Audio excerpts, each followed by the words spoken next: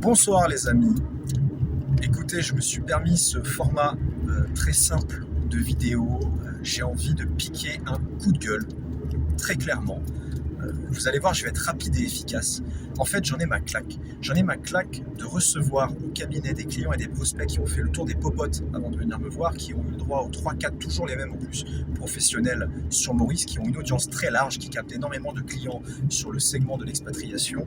Et ces professionnels-là, avec des grandes guillemets, il faut les dénoncer, puisqu'il y en a assez maintenant. Il y en a assez.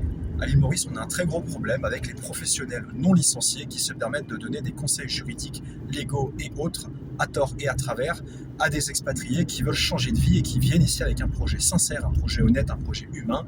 Et ces gens-là qui ne sont attirés que par l'argent viennent sans compétences, sans licence, sans assurance de responsabilité professionnelle et sans rien, les conseiller sur leur expatriation. Trop, c'est trop. En France, comme à Maurice, pour rédiger un bout de papier ou pour donner un conseil juridique ou fiscal quelconque, il faut être notaire, avocat ou conseil juridique réglementé, point final. Quand vous avez affaire à quelqu'un qui veut vous donner du conseil, même sur un permis de résidence, ou qui veut vous donner du conseil fiscal de quelconque nature qu'il soit, ou qui veut vous rédiger un document, un bout de papier quelconque, ça peut être une cession d'entreprise, de fonds de commerce, ça peut être tout simplement procéder à une demande de permis de résidence.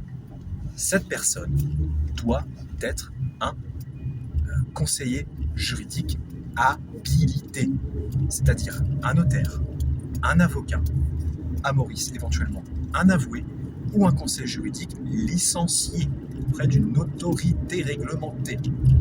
Demandez à votre professionnel s'il l'est et voyez ce qu'il va vous répondre.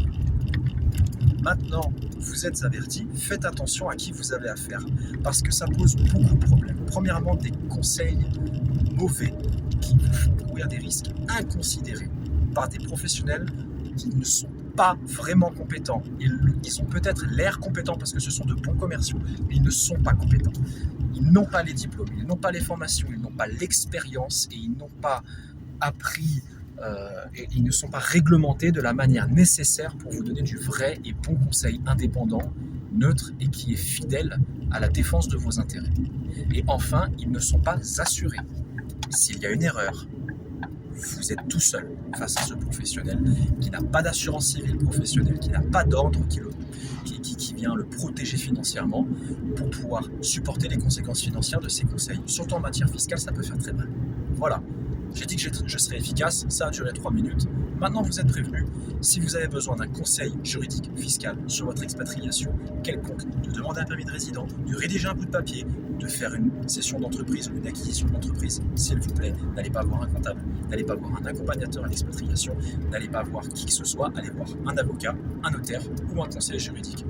Merci à vous et belle soirée.